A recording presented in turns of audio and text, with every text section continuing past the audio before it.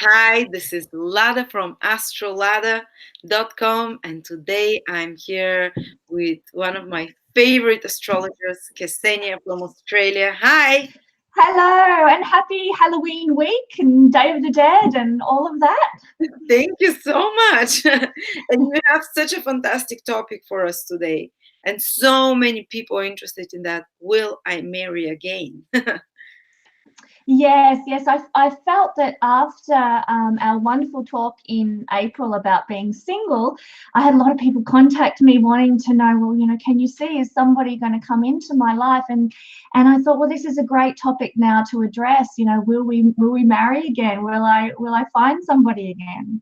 Yes, after the more painful topic, why am I always single? Now it's like, will I marry again? That's right. And there are indicators for both, periods of singleness in the chart, like we talked about, but also indicators for opportunity to connect with someone and have partnership again. So this is a much more joyful topic this time. Absolutely. I'm going to put the link for Kesenya's previous video about being single. And by the way, Kesenya is making a webinar. Which day is it going to be released? The 16th of November, that will be Australian time, so I believe it'll be the 15th in other parts of the world. Okay, so the 15th of November, this is the day Venus is becoming visible, guys, which means the planet of love. Love is coming into our life again. It's not going to be retrograde, so it's fantastic time to manifest Venus, to learn about when our next love is coming.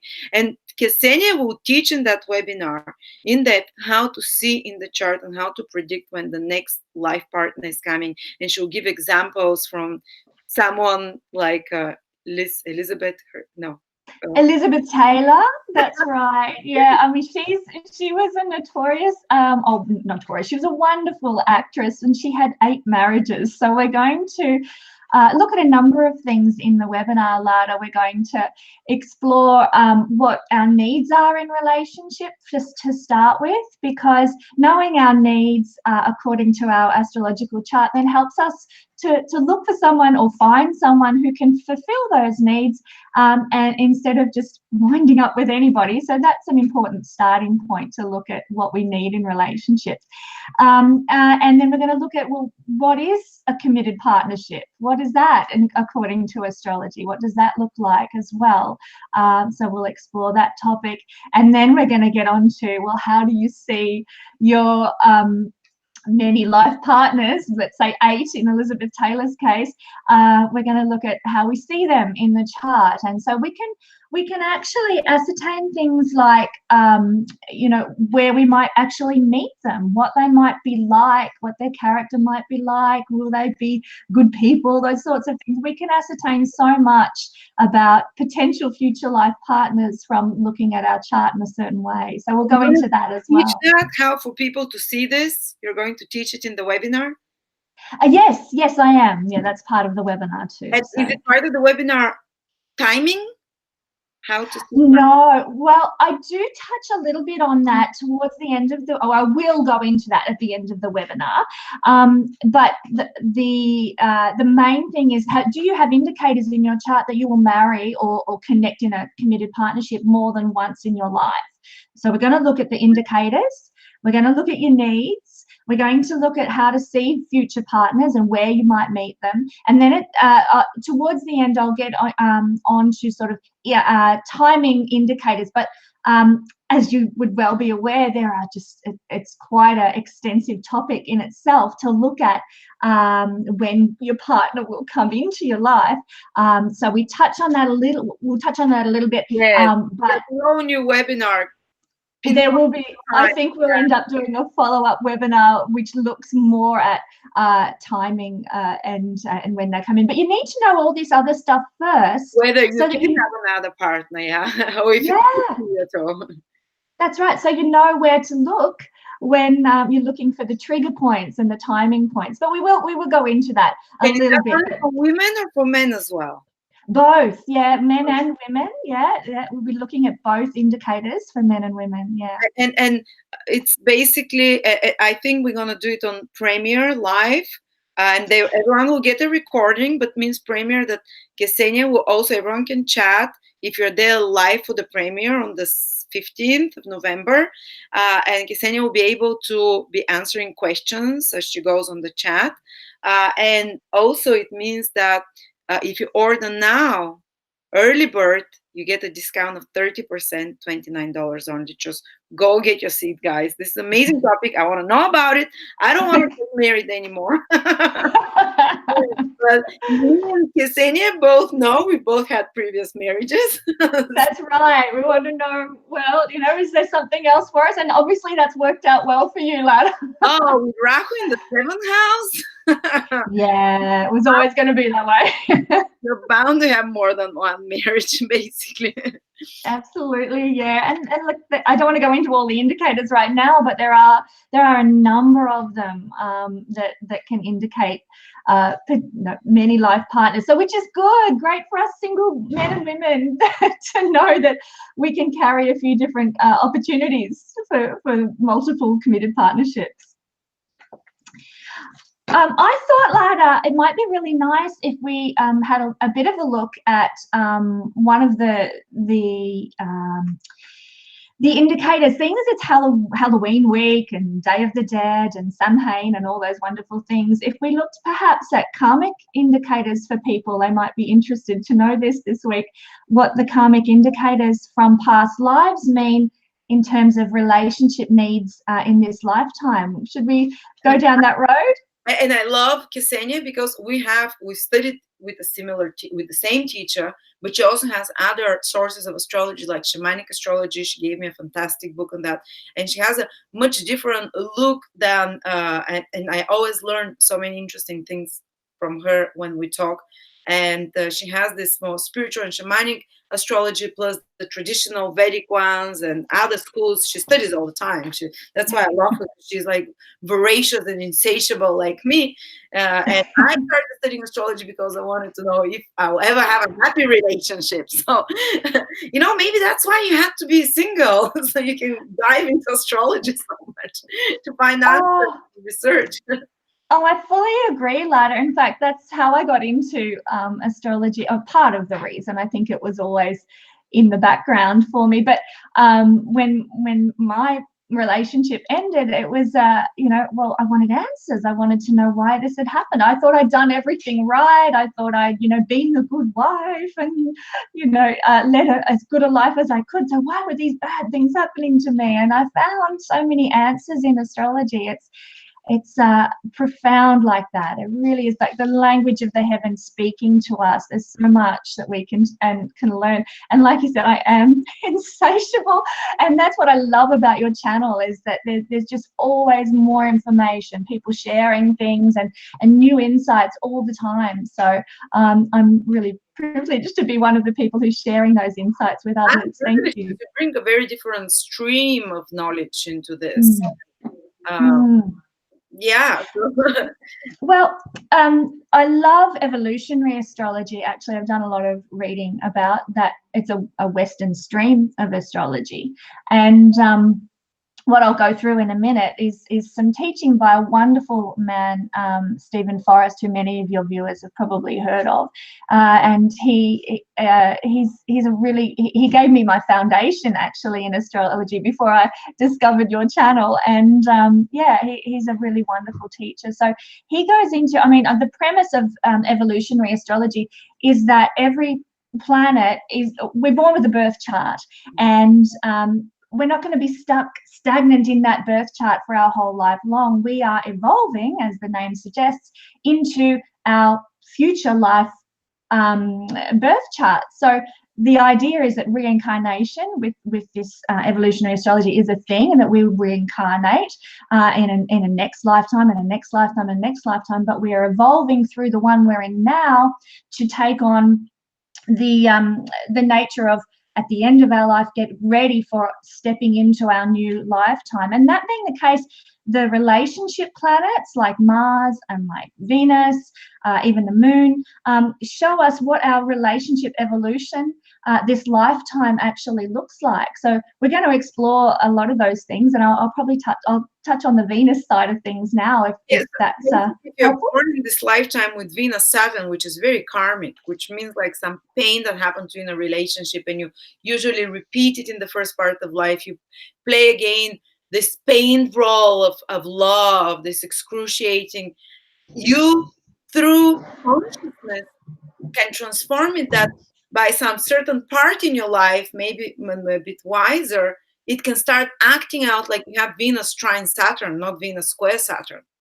Yes, yes. And I actually was having a wonderful chat with a friend the other day about the Venus Saturn connection, and we were talking about how, you know, it is painful in the beginning, but as Saturn matures, there's benefit in Venus Saturn in that it can bring longevity to a relationship, endurance to a relationship. It means lots of love and romance and relationships in older age, which, I mean, we're all getting older, so it's nice to know we've got that to look forward to. Even with the square, yes. But when you're after learning the lesson with the square, first you learn the lesson the hard way. It's always with Saturn squares, and then comes the good stuff if you are conscious to incorporate it. If you recognize those patterns, and the recognition is the first thing. Once you recognize it, once you understand it, that's why astrology is great. You become conscious of that pattern, and you're no longer a slave to it subconsciously, just those behaviors. That's right. Well, knowledge is power, as the old saying, and it's very, very true. Once you understand something, you get power through that. But also with Saturn, and we're talking Saturn, I feel that one of the key ways to incorporate Saturn into life is acceptance. And if you can accept the way that things are, that the things that Saturn's brought you, then there's power in that as well. So there's two components, I guess, knowledge and acceptance with Saturn. Yes. Have you found that in your observation? Saturn's acceptance, and it is what it is. Once the ignorance of Saturn and the pain of Saturn is transformed, and you become more like a detached observer, and because otherwise you're connected too strongly to the pain, and then you unblock whatever is blocked. This acceptance allows it, and for me Saturn is very powerful, but once you get this acceptance, it starts flowing. Whatever Saturn has been blocking, the acceptance opens it up. So it's a lengthy process, but that's what astrology is for. This is what self-search and self-knowledge is about. And everyone here, believe me, if you're on this channel, if you're watching this, you're looking for answers. You're not stuck with your chart. Then people that are stuck with their chart and with a repeating fate are people that are not looking for answers, unfortunately. And I'm not saying it has to be through astrology. It can be through through any kind of other self-work, and going to lectures about relationships or whatever it is. But you can get out of yourself through a repeating cycle. But anyway, let me not detract anymore. No, you're so right. We want to really stop these karmic loops that keep coming up in our lives and having to readdress the same thing over and over and over, and move forward and evolve forward. Absolutely. I really feel that this topic's actually quite pertinent in this day and age. I mean, we are living in increasingly Aquarian times. So that being the case, we're going to be moving, I feel, more away from the Pisces kind of era, which was very romanticized, and the romantic movement obviously got a start in the Pisces era. And we're moving now into Aquarian times. And what is Aquarius all about? It's about brotherhood. It's about equality. It's about no hierarchy. And that means in relationships as well. We're all equal. We're all, there's no male or female, sexual preference is no big deal anymore, and much more equal in every facet of life. And we see this happening, and it's going to take a long time, obviously, for issues of race and culture and sexual inequality and that sort of thing to actually level up. But we can see it beginning. I mean, where we were 60 years ago is so far from where we are now. We're really progressing. But the other thing So our relationships, are going to have this much more equal approach. You know, men and women are going to be more equal in relationships, thank God. And the other thing is that Aquarius rules divorce. So we're going to be in times where there are going to be more divorces. So we need to be prepared for, you know, knowing. Full speed, it started. The Aquarius is turning, and you see what's happening with so many divorces, because Aquarius is also about experimenting. And that's right. Sorry, go on. Yeah, no. I love listening to you talk. Yeah, so divorce is going to be a thing, and therefore we need to have knowledge about what we need, what we want. Plus, we're all living longer. You know, 100 years ago, we never lived till, you know, 80 or 90. That was a very rare thing. And so now we're living longer, and we don't necessarily partner with one partner for life. It's just common that's going to be much more of a thing in Aquarian times. Of course, careers. Aquarius is fast paced, and it's about many changes. So back then, you'd have the same career as your great grandfather. You'd be John the Smith because your father was a smith, and your great. Now you change 10 careers in one lifetime. Why not? And we can change 10 partnerships in a lifetime. Exactly, and I think having that knowledge is really helpful. But you know, it's not shameful to have more than one partner in life. It's not. There's nothing negative about you know, divorcing and marrying, divorcing. If that's, you know, that's where life leads you. I think there's a lot to be learnt from that, and so, you know, I really want to start with that kind of premise. You know, back in our parents' day and our grandparents' day, you know, if you were a divorced woman particularly, or a divorced man, but more so for a woman, it was difficult times for you. You know, you were really, you know, ostracized in the community, and thank God we've left those times behind as we now move into this Aquarian day and age. So if we can realize that, learning, isn't it? It's about it's an intellectual sign, so that's why it gets so fast paced, so we can learn. And as you know, we both studied, Aquarius is the sign of overcoming our psychological complexes, and basically it's going to be the era where we're working on our psychological issues and complexes. It's not going to be about survival and food anymore for most of us, like it was in, you know, in previous ages, survival of the fittest. It's going to be on working on those issues psychologically and releasing them. And that's why we're going through so many relationships, so we can see the dynamics, we can end careers and hectic events, because now it's learning stage with through psychological processes. Sorry to interrupt. People put me apart every time for doing.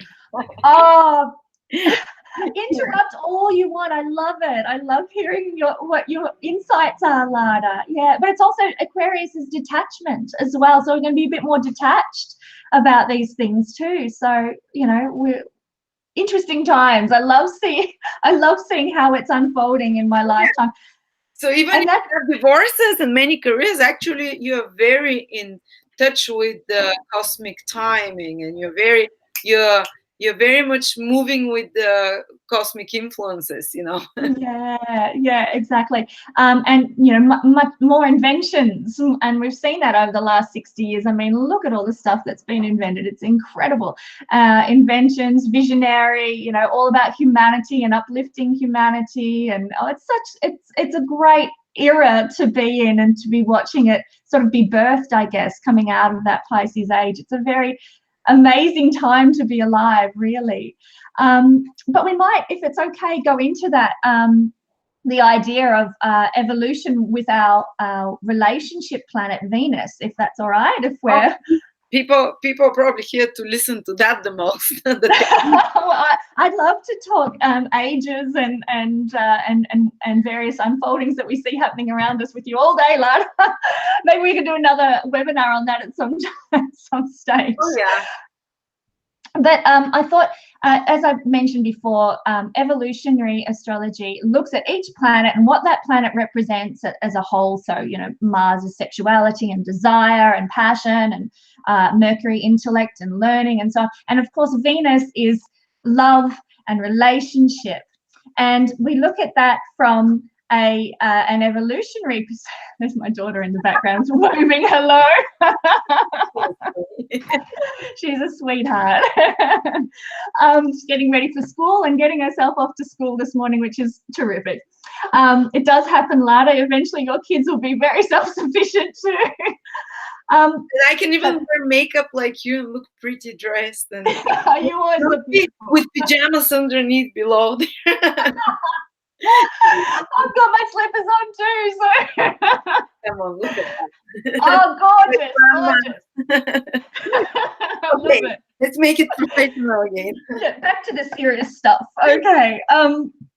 So Venus being the planet of our evolutionary process from the beginning of our life, or from the end of our last lifetime into this lifetime, what are we here to evolve from? What are we here to learn from with regard to love and relationships? So if your Venus falls in the sign of Aries, I'm going to refer to my notes here because there's a lot of information, but if your Venus is in the sign of Aries, well, it actually indicates that in your past life relationships, you're in relationships where intimacy was perhaps kind of trodden on by unexpressed anger and rage that was unresolved. But in this lifetime now, you're here, you have this desire to be in a relationship where you can express strong emotions that are, positive or negative within a loving relationship. And you want relationships that help you learn about being courageous and about exerting your willpower. So can you see the contrast between Venus from a past lifetime, which was all about, squashing down your anger and your Aries sort of volatility, if you like, and moving into this lifetime more about being more Aries-like with your love, having courage, having some willpower. And say what you really want to say, because till very recently, and still I have Venus in Aries, which is everyone would say, oh, you must be so harsh in relationships. No, I felt like blocked to say, I would try never to say something that hurts. I felt like my anger is blocked. So that's the first time I hear this, because it's for the first time that I am finally in a healthy relationship. I'm able to express, not in an angry way. Before, I would bottle, and then I would just burst out and hit a partner. I mean, hit aggressively.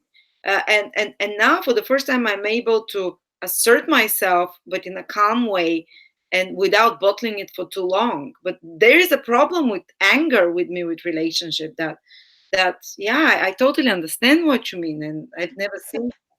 So do you find now in your relationship that you are able to, be more authentic in terms of, expressing positive and negative emotions?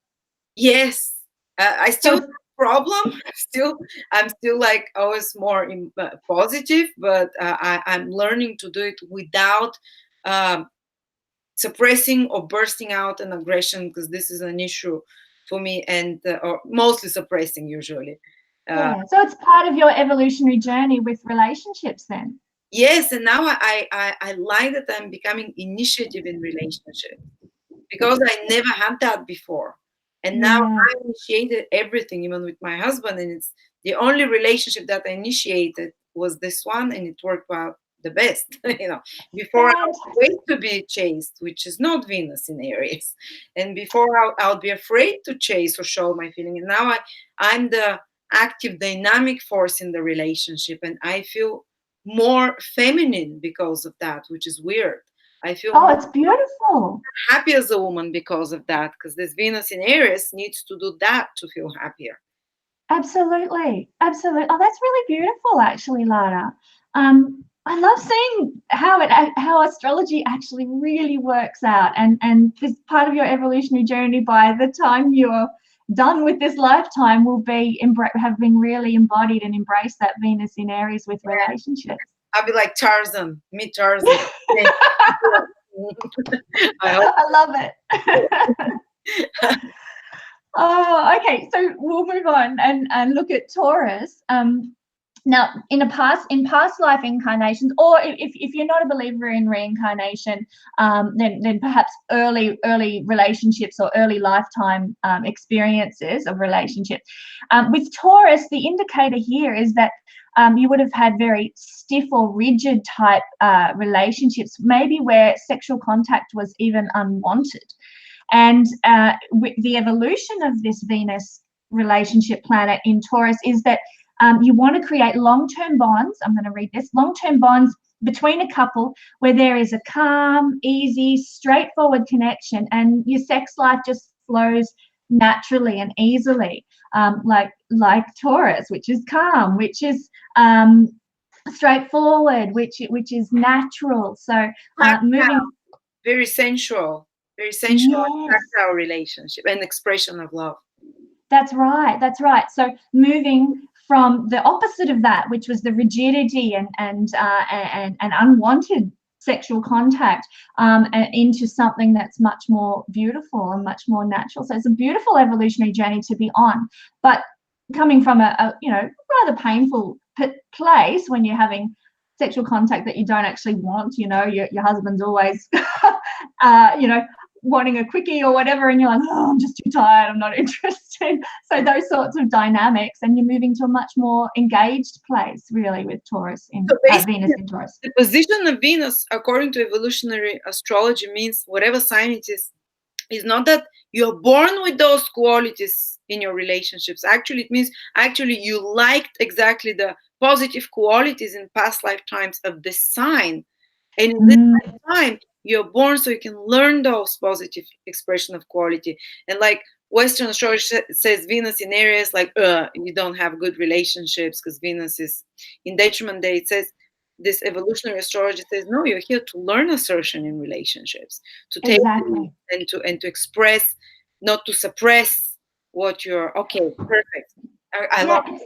It's really beautiful because it's so embracing. Just as an aside, my astrological understanding is that every sign, every planet, every house is like the Chinese yin yang. You've got your shadow and light sides, and it's kind of almost up to us to choose, well, am I going to embrace the shadow side, or am I going to embrace the light side of whatever this house and planet and so on represents. Excuse me, just one second. Have a great day, sweetie. Sorry, she's off to school now. Yeah, so we work with what we've got in either a positive or a negative sense.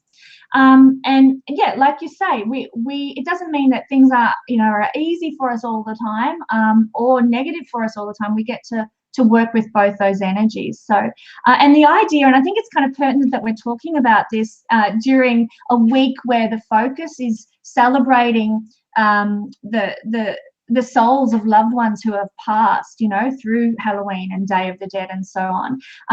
The emphasis around this week is that we do progress from one lifetime to another, and so I know, I mean, you might be able to relate to this as well. I know you've had past life regressions too, but when we get to my Venus, I'll explain, but my past lives are very much Venus in Cancer in terms of what this description is, and very much what I'm now moving towards. Sorry? Negative Venus in Cancer, you mean? Yes, that's right. That's right. Yeah, and obviously Venus is in traditional astrology is in detriment in Cancer, Leo, and Virgo. So they're actually, and you'll see this when we get to them, it's going through this list, they're actually the more difficult past life relationship placements to have in when we're looking at evolutionary Venus. That's according to the friendships of planets, and that's something new for Western astrologers, but believe me, observe and you'll see. In Cancer, Leo, and Virgo have problems more often. But anyway, getting to Venus, Gemini. I'm interrupting you because people are probably so eager to hear. Yeah, okay. So Venus in Gemini, this indicates that you probably have had a past life experience, or maybe an earlier this life, depending on what you believe, but experiences of celibacy or sexual monotony where it was boring and dull. And so the aim now with Venus in Gemini is to have relationships that develop your openness, your open-mindedness. Relationships will feel like that are going to feel like Christmas morning to you. You can't wait to unwrap every present and try every new thing that comes to mind. You know, it's very exciting and fun. It's like a kid in a candy store. Relationships and sex and romance and all that sort of stuff is really exciting now for people with Venus in Gemini. Like the President Kennedy had Venus in Gemini. Oh yes, and wasn't he like a kid in a candy store with it? I didn't know that, actually. Well, it's funny you mentioned that, because the next one's Venus in Cancer, which was what Marilyn Monroe had. So, so she was the victim. He was the kid in the candy. That's it. So the but that's actually a really beautiful illustration, Lada, of why we need to go through this kind of stuff and know what our needs are in relationship in order to make wise choices about who we hook up with, especially if we're going to have many partners as we head into Aquarian times. We want to actually, not be left feeling like crap. We want to make good choices with all the partners that we have, so we don't end up wounded and bitter and sad at the end of a lifetime. That's why it's so important to choose a partner whose Venus is very compatible with yours. Because absolutely. When signs are not compatible in Venus, one partner can feel used, like Marilyn Monroe felt used by Kennedy, and the other one can be having a blast. But it's so important, like sometimes even the sun, moons, I've realized Venus compatibility is one of the first things. So just that's a side note for synastry. Well, that's really interesting, because let me tell you about Venus in Cancer, and keep in mind the John F. Kennedy and the Marilyn situation here. With Cancer, Venus here indicates that your soul in a past life was driven to take refuge in a psychic shell through abuse, through exploitation, through being used. So this was, say, Marilyn's past life. This is actually where I have my Venus as well. Was like that too. Like, sorry? Her early life was like that as well. She was abused and exploited, and it repeats usually like a embryo but in this lifetime in shorter period, fast while you're younger. Precisely, and that's the whole point of what this means. But in her, for her and I've got Venus here too. The evolutionary soul intent with Venus in Cancer is to have relationships that are as safe as possible, relationships that will heal your inner emotional world after all that, and having relationships that are lasting by committed, gentle and nurturing partners. And so here is a beautiful example. John Kennedy just wanted to have some fun, this is exciting. And present and rapid. That's right. And Marilyn, she was like, I want to feel safe. I want to feel that I am with someone who is gentle and nurturing, who's going to heal my inner psychological wounds from having to go into a psychic shell in my early lifetime regarding all this stuff. So they were very mismatched, obviously. I mean, you don't have to be an astrologer to see they were very mismatched with what they wanted out of the relationship, what they needed out of the relationship.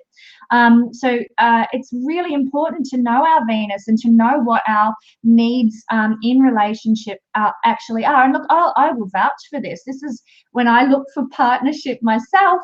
I want someone who is gentle and kind and nurturing. Kindness is like the top of the list for me.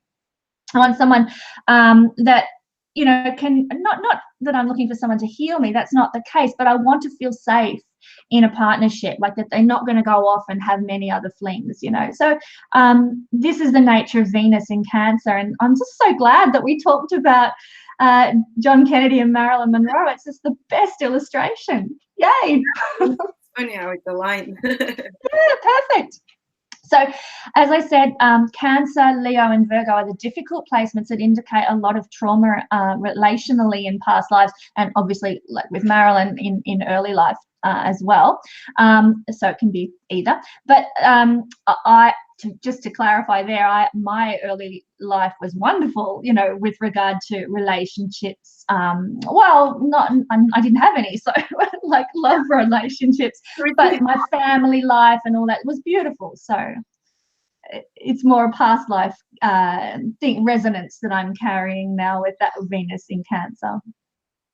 But Venus in Leo, now this is an interesting one as well. It indicates that in past lives there may have been, regarding relationships, there may have been ancient wounds from rejection, betrayal, persecution, or judgment regarding relationships. So you might have been rejected from a relationship, betrayed in a relationship, like your ego being very hurt, in a sense. Your ego and self, like respect, which is what Leo is, and self-confidence being hurt by that. Absolutely. That's the relationship trauma. And so now Leo desires to have love that heals you and helps you to know joy, creative expression, and to celebrate your uniqueness. So you want a lover or a partner who is invested in helping you be unique, helping you be true to yourself, helping you to be that Leo person, essentially, you know, to love yourself. Yes, and to respect yourself, to express yourself, allow exactly. you to express yourself, to shine, who actually supports your being center stage and giving you the center attention as well. Yeah, precisely. Yeah, it's beautiful. We all love Leo. They were ignored in some way. That's what would be the biggest hurt of a Leo. Like in a past lifetime, they were ignored. They were made to feel unimportant for someone, and that would be like cheating indeed. And that would be, yes, in this lifetime they need someone to adore them, to put them on a pedestal, not necessarily to be safe like the Cancer. Very different, aren't they? Yeah, very different. And like you say, that neglect in a relationship is like death to a Leo person. If that's right. Not getting it. Oh, really? Good job. Thank you. You'll have to put him on. Yeah. Sorry? In my eyes, he's amazing. So I just keep seeing those beautiful sides of him. So hopefully he'll blossom. Absolutely. You have to put him on, you know, Instagram more and things like that, where he can really shine like a Leo. He does not allow me to post a picture of him before he approves it. And I always take like 10 pictures and the one he chooses. And I'm like, that's my Instagram. People follow me. He's like, it doesn't matter. But that's so Venus in Leo. I've got to be beautiful for the public, you know. I said I'm the public figure. It doesn't. Yes, he's appearing to the public too on that level as well. Then go to Walmart and he's like 20 minutes putting clothes, getting like looking really good, doing his hair, trimming. I'm like, okay, and with my Aries Venus, I'm like, come on. But isn't that one of the best things about astrology? I love it because it creates more acceptance that way. It's like, oh, yeah, it's taking ages in the change room, but Venus in Leo, what are you going to do? You know, you're much more tolerant. Him to feel validated through his appearance, to be liked by that. This is what Leo needs. And he feels like everyone's watching him. Venus in Leo, they feel like, all eyes are on me. So you have to give them that for them to be happy. Yeah. Oh, it's just, and in parenting as well, it makes it so much easier just knowing, oh, look, my son's got this particular aspect between Mars and Uranus, so of course they're going to be a little bit crazy and full on, you know, and you're much more patient that way, just knowing knowledge is power. Yes, and it's make you accept, like you said, accept and judgmental and be there for them. Exactly.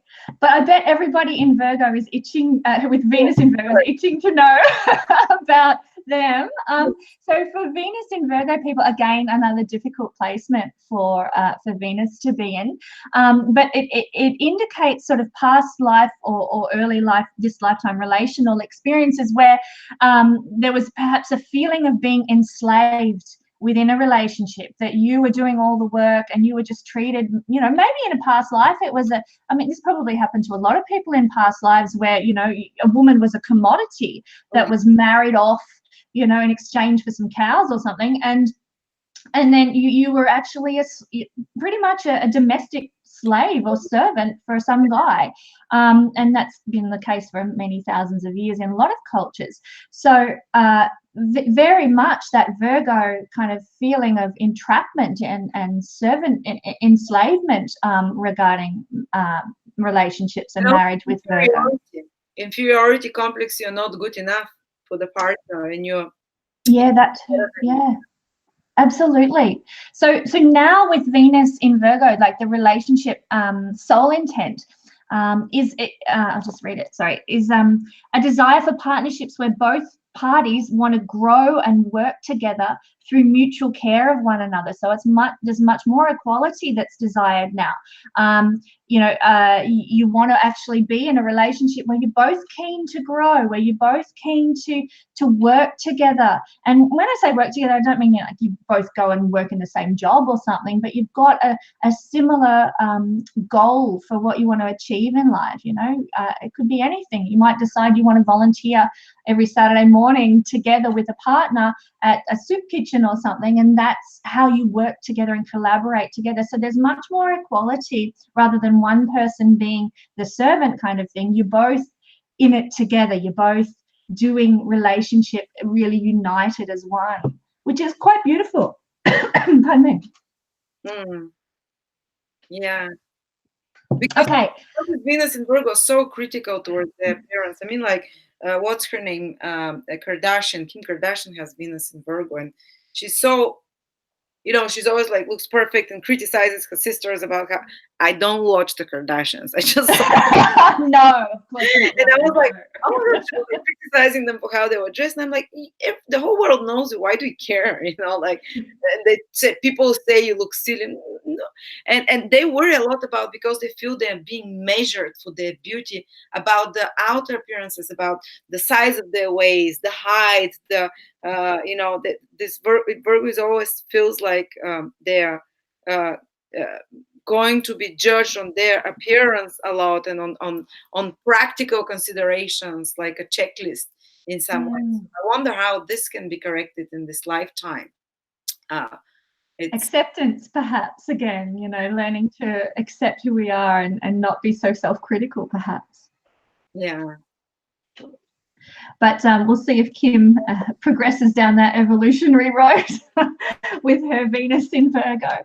And maybe helping, they're here to help perfect other people's sense of love in some way, and teach that, because they've gone through it and they've considered themselves inferior in some way, and that they're only worth the love of someone if they do this or that. Venus and Virgo can feel very conditional love. If you do this, you're accepted. If you look like that, if you act like that, you know, if there's a checklist there with special outer material behaviors or appearances, and they probably can help others in such situations who are going through this more difficult side as well. And as I said, acceptance.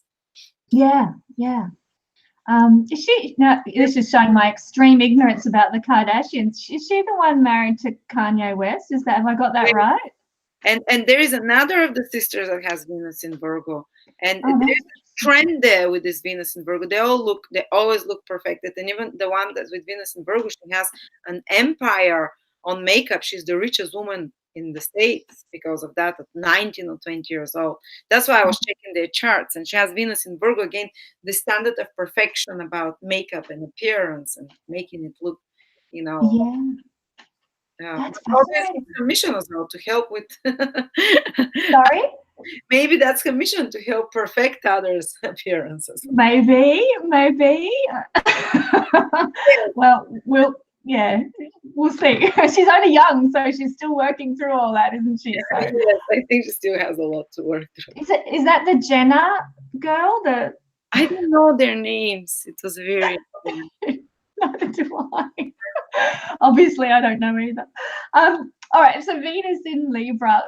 Venus in Libra indicates that in past lives there were partnerships that were had with people who were crass and who were rude or boorish or unsophisticated, and so obviously Venus is in a better condition when it's in Libra. So this isn't quite as horrific as sort of retreating into a psychic shell like poor Marilyn had to do, or those sorts of things.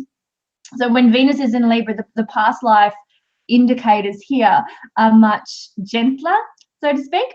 But just the same, for somebody with Venus in Libra to be in partnership with someone who is rude and a slob and a bit of a pig, or in Australian terms, a bogan, just not nice. But you wouldn't want to be in that situation if you have Venus in Libra.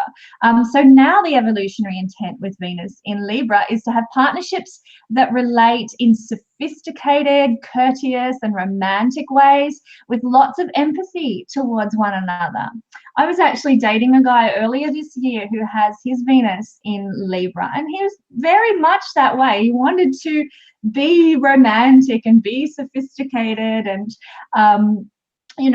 restaurants and concerts and do lots of cultural things together, and so it's very, Venus in Libra is very much styled that way, which is lovely. Who wouldn't like that? And for me, for Venus in Aries, I'll be so bored. I want to be a pig with someone. You want the crude person, you want the bogan. I want to do pub crawls, and I want to go grass and have sex in the park. That's what makes me feel alive. So. Oh, I love it. Well, again, everybody has something different in their chart, so it's so important to know ourselves. It really is. It makes life so much more full, really. Okay, so Venus in Scorpio, which is interestingly where Venus is right at the moment. Now, this indicates that there were perhaps in a relationship some lies, some deceptions that were experienced from past life partnerships. So that can really injure a person's ability to trust and to feel not safe, but to be confident, I guess, in the relationship. So in this lifetime, Venus in Scorpio people, they want to be fundamentally honest in relationships, and they want to re-establish the ability to trust. That's their relationship mission in life, so to speak.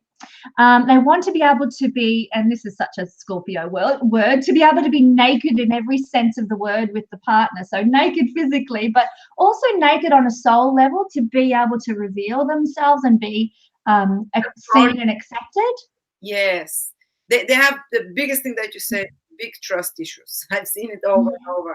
And often they get betrayed a lot in this lifetime as well, until they work through that. Yeah. And like I said, it's a process of maturing. Sometimes, I mean, law of attraction says we attract what we put out, but subconsciously even we can do that. I don't know how much and this is a whole other topic, but I don't know how much I align with the law of attraction kind of thing. I think I have a lot of fate in my chart, and law of attraction doesn't really work very well for people with a lot of fate. But if we are, with Venus in Scorpio, our energy output, so to speak, regarding relationships is very much, I don't know if I can trust you. Prove to me that I can trust you. And whether we're they test them, they play games, very kind of subtle, manipulative games. And I sometimes see, and I have friends with Venus and Scorpio, and clients that call me all the time for the smallest thing. I'm like, just tell them the truth. Just don't play this game. Oh, if I say it directly, it's like a game of strategy and chess playing with them. I'm like, it's like you're stressed. I'm like, for me, Venus and Aries, be direct, but it's their path of learning. So. Oh, I'm the same. I would go nuts without a bit of authenticity and truth and honesty. I can't handle relationships that aren't like that. So, so if you've got Venus in Scorpio, work on that. It's desirable. Work with trying not to control, trying to trust, because the less you trust, the more you see exactly that. The more you try to tap the phone of, you're gonna find something. Sooner or later, you're gonna push them with that behavior towards that. Venus in Scorpio, Venus Pluto aspect is the same. Yes, yeah. The trust and the control issue with Venus. And I have a friend with Venus in Scorpio, conjunct Pluto, and she said she went through a few relationships when she almost like was tapping, recording things to her partner. I'll never be betrayed again. And at the end, she just crashed and she stopped doing it because she would find all the time, almost like she was provoking those boyfriends to do something. The moment she stopped looking and she says, "Okay, I trust," these things stop. Yep. Yeah. So and that, as I said, is the soul's intent. When you come into this life with Venus in Scorpio, you want to learn how to trust, but you're going to go through the process of experiencing, the betrayal and all those other things that indicate no trust before you get to that. It's an evolution into the the maturity of your Venus. So that's the process she's going through. Gosh, that's a difficult one, isn't it? Yes, it's difficult. A Venus that feels confident in that Scorpio with its feeling, with trusting with others, which is not trying to stalk you on Skype, on Facebook, or your social media all the time and investigate you, but that feels that knows that they deserve to be loved and that they are not going to be betrayed. That's a hard thing. Yeah. Wow. Yeah. Especially if you've been betrayed, how they do that. But until they do these negative Scorpio things, they're not going to feel empowered in love. They should learn to feel empowered in love. Yep. Rather than to do it in subversive ways. Okay, sorry. No, don't be sorry. Don't be sorry. It's great. So Venus next, obviously in Sagittarius, and when we've got Venus in Sagittarius, it indicates that there were past lives of sexual restraint and sexual boredom, a little bit like Gemini, actually. Relationships that were settled for, and relationships where you weren't treasured, or you didn't treasure the relationship. So now the purpose of Venus in Sag is to have relationships that are going to widen your worldview, restore broken faith and delight in love through this position. So it's great, actually. If you've got strong Sag in your chart in any capacity, your desire is to increase your worldview, expand your understanding and your knowledge. But particularly with Venus here, you want to expand your understanding of love and relationships in general, and that's what you're wanting from a partner. You want someone who's going to help you do that. It's great. And I love the component here that says you want to expand your delight in love, because Sag is adventurous, and there's a joyfulness about Sagittarius. So you want that sort of stuff in relationship. You're maturing towards having joy in relationship, having some adventure together, doing fun stuff. Yep, traveling. Yeah, traveling. Traveling with your partner. Sagittarius to have, Venus to have, yeah. Yeah. So Capricorn, in past lives with Venus in Capricorn indicates that you've been in situations with immature partners. You've had immature relationships, and this can be from either partner, but there was a sense of failure in the relationship, a sense of abandonment that can also form part of this past life dynamic regarding relationships. So obviously now what you desire, what you look for, what you want with Venus in Capricorn is a desire for grown-up relationships. You want relationships that are all about integrity, all about solid commitment and maturity, that age-old Capricorn word, maturity. So I mean, that's a wonderful thing to be evolving into, is mature, loving, lasting relationships, long-term relationships. So go Venus in Capricorn. I like that, because there's so many negative descriptions on books on Venus in Capricorn. Oh, these people are never happy in relationships. They're very judgmental. They choose their partner for the social status. This is a beautiful explanation that you gave. Yeah. They're looking Well, that's why maybe they choose always people that have achieved something in life, because they've had that toy boy or a guy that, or a woman that was infantile in a past lifetime, and they were Exactly. mothering them, and now they want someone who has gravitas and respect and has earned their place out there. Because they say, oh, Absolutely. it's such a gold digger position that is like wants to marry the boss or something. But I see now, like, it gives you more compassion. This Yeah. Yeah, and I love that about it. It's much more, yeah, there's much more depth. Evolutionary astrology is just like that. I really, really enjoy studying evolutionary astrology. But yes, having a partner who's solid and secure, it's all, you know, part of it, for Capricorn people. So yeah. All right, Aquarius. oh yeah, Honey, Aquarius, yes. did you want to say something else about Capricorn Venus? Just like for Sagittarius Venus, it would kill them to have someone like they probably Absolutely. have that in a past lifetime. They need something Yeah. exciting and that opens new horizons. That is gives a lot of freedom. So yeah, so you kind, Yeah. because they have such a bad reputation. Venus in Gemini and Venus in Sagittarius, especially the men and women, that they are not reliable, that they're womanizers, that they just go and flirt everywhere. They're just playing. They need to play and have fun in love this lifetime.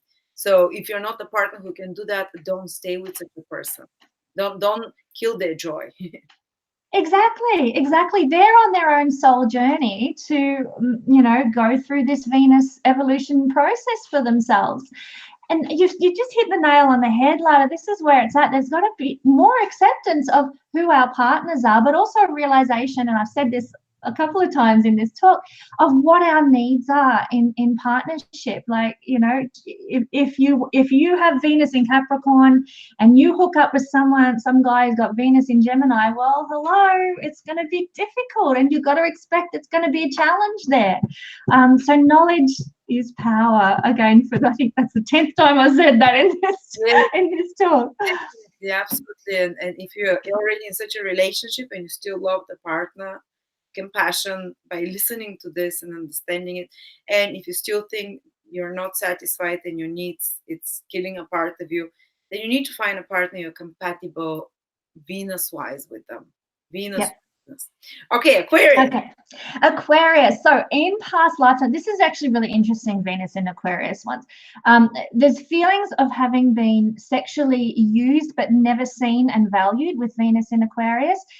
So sexual relationships that weren't freely chosen, maybe an arranged marriage that was quite miserable for you, or other sort of situations like that. And some of them can be quite nasty. Uh, Past life experiences where you haven't chosen freely your own sexual opportunity, so to speak. And that's the nasty bit. I'm not saying people with Venus in Aquarius are nasty. Oh no, most porn actresses have Venus in Aquarius. The highest Venuses is Venus in Aquarius in porn actresses. So that's Interesting. a lot. I was surprised what you said, because I was like, oh, I wonder what would be for Aquarius, and actually that they felt like they were used, or that they didn't have the choice who to be with. Yep. Not freely chosen, sexually used, but never really seen or valued for the person that they were. Yeah. Exactly, porn actresses do that, and I'm not saying it's anything bad, but it's that's what the feeling is. Yeah. Yeah. That's fascinating. So their sole intent then is to have with regard to relationships, and to be in a relationship that supports individuality and that guarantees a sense of personal freedom. So sometimes the trauma, and this is a really interesting point with Venus in Aquarius, sometimes the trauma from this past life sexual experience might lead to in this lifetime some disassociation in sexual situations, which perfectly lines up with what you said. So Venus in Aquarius, there's kind of, you know, if you're a porn actress, there's a disassociation with, okay, it's just this physical act and my mind is not engaged, my heart is not engaged, it's just a money-making commodity. You know, there's this real disassociation with sexual activity. That's fascinating. I didn't know that about the porn actresses. Whoever wrote or researched that evolutionary astrology, it's getting information like from very high realms, because it's Yeah. aligned so well with everything. Yes, it does. Well, like I said, In this lifetime, they need to find someone that acknowledges their uniqueness as a person. that's right. Really upholds their individuality as a human being and sees who they really are, underneath the veil of that sexual disassociation. Yeah. Wow, fantastic. Yeah. So, sorry? I'm saying you hear that, Venus in Aquarius. And also, Aquarius in the negative side is known as a sign of opportunism. So maybe those people will use the someone's opportunity in a relationship or in a past lifetime. And it might repeat in this lifetime. So they have to learn to find someone who values them, not as a stepping stone, but as their unique individuality. Precisely. Yeah, that's fascinating.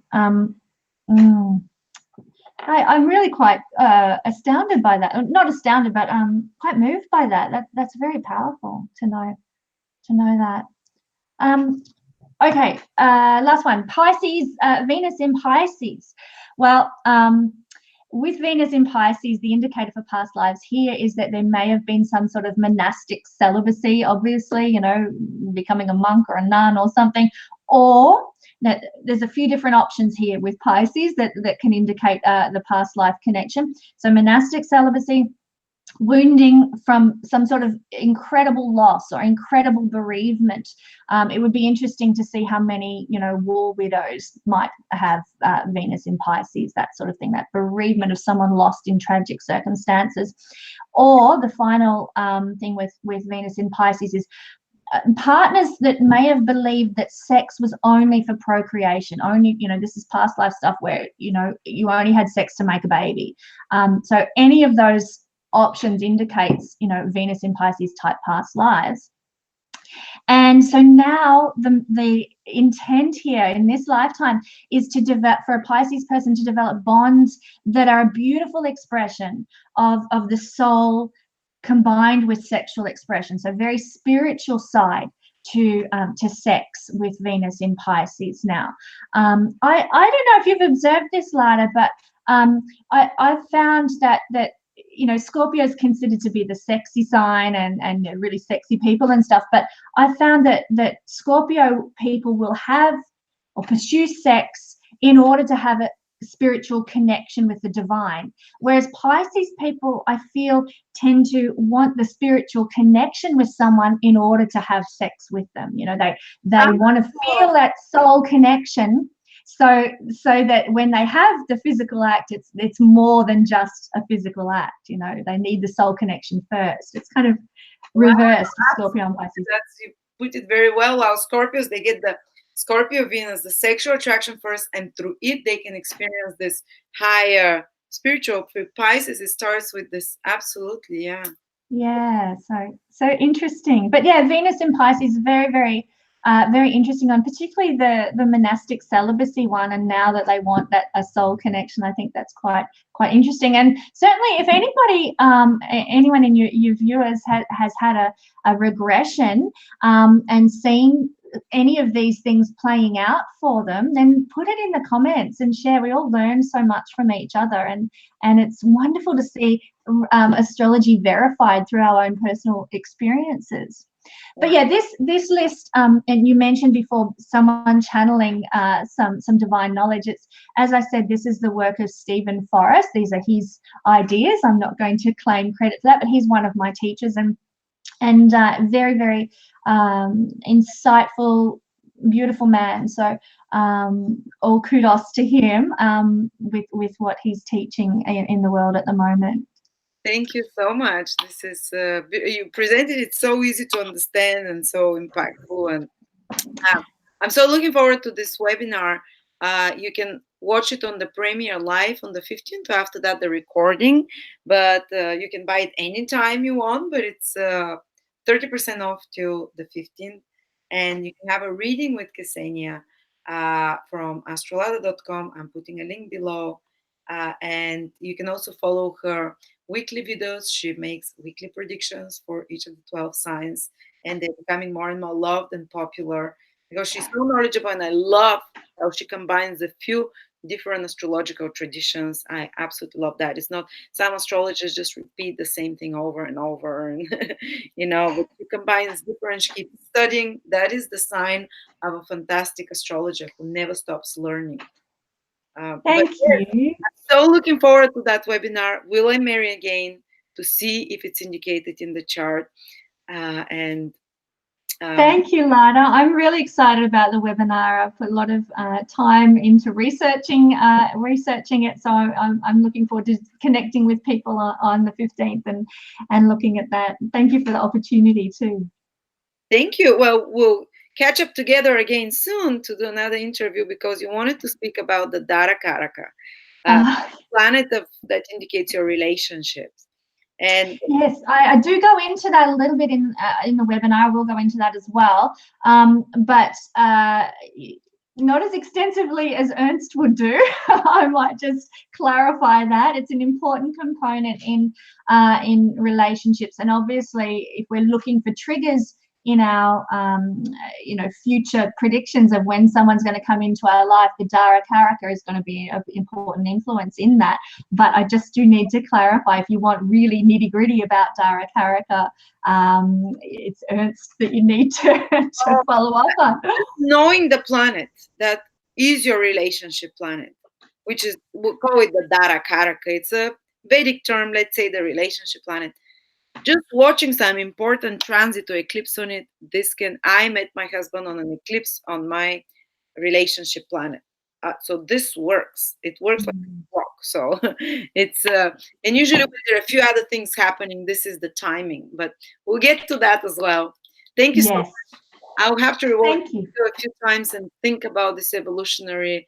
It's opening a new window of understanding for me as well, and a new depth. And thank you, Kesenya, for presenting this knowledge for us. Guys, don't miss out. Will I marry again? Fantastic topic. We'll be on board. So, thank you, Lana. Have a great day. Bye-bye. Happy Halloween.